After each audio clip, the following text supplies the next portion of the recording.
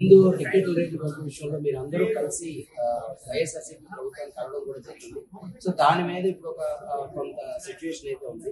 So మీరు కూడా అక్కడికి వెళ్ళిన వ్యక్తిగా మీ తాలూకా స్పందన ఏంటి ఈ విషయం? టోటల్ ఫస్ట్ ఆఫ్ ఆల్ మన ఆంధ్రప్రదేశ్ ప్రభుత్వ అసెంబ్లీలో కొంతమంది పెద్దలు చేసిన కామెంట్స్ పై మెగాస్టార్ చిరంజీవి గారు స్పందించిన విధానం ఏమవుతుందో అది సత్యం, 100% సత్యం, 100% సత్యం. అప్పుడు వైఎస్ జగన్మోహన్ రెడ్డి గారి హయాంలో ఆయన సీఎంగా ఉన్నప్పుడు, పేరు నాని గారు సినిమాటోగ్రఫీ మంత్రిగా ఉన్నప్పుడు ఇండస్ట్రీ నుంచి చిరంజీవి గారితో పాటు చాలా మందిని వారు ఆహ్వానించడంలో నేను కూడా ఒకరిని. చిరంజీవి గారు మాట్లాడుతూ నాడు కూడా వచ్చాడు మాతో అన్నారు. కాబట్టి చాలా మంది మీలాంటి మిత్రులు నన్ను ఈవేళ అక్కడ ఏం జరిగిందని అడుగుతున్నారు. కాబట్టి చెప్పాల్సిన బాధ్యత నాపై ఉంది. కాబట్టి నేను చెప్తున్నా, సత్యం చెప్తున్నాను మీకు. జగన్మోహన్ రెడ్డి గారి గవర్నమెంట్ మా సినిమా కళాకారులు కానీ చిరంజీవి గారిని కానీ ఎవరిని కూడా అవమానించలేదు, చాలా గౌరవించారు. సత్యం.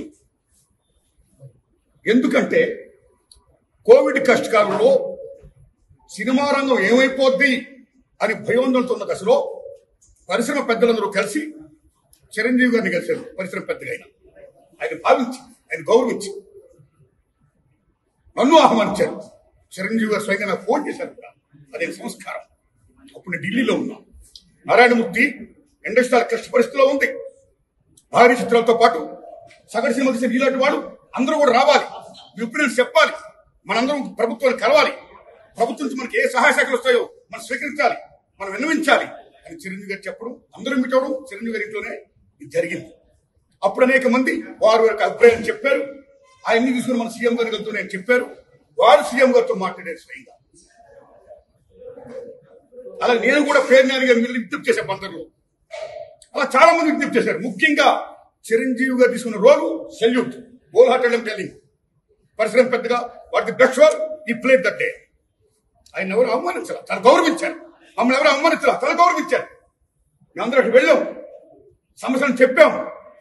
సీఎం జగన్మోహన్ రెడ్డి గారు సానుకూలంగా స్పందించారు. పేరు నాని గారితో మాట్లాడి ఏం కావాలో మొత్తం తీసుకోండి అన్ని మనం చేద్దాం అని కూడా చెప్పారు. ఇది జరిగిన సత్యం అండి, ఇది జరిగిన సత్యం. ఓకే, ఆ సమస్యలు ఇంకా ఉన్నాయి, స్టిల్ గోయింగ్ ఆన్. ఆయన ప్రభుత్వం ఇప్పుడు లేదు. ఇప్పుడు మన చంద్రబాబు నాయుడు గవర్నమెంట్ వచ్చింది.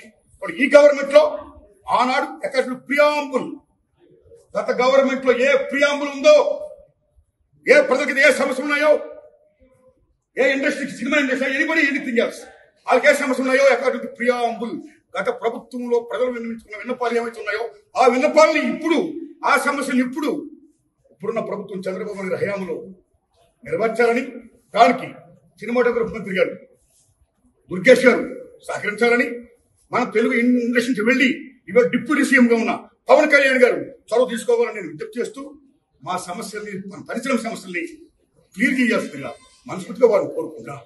Thanks a lot.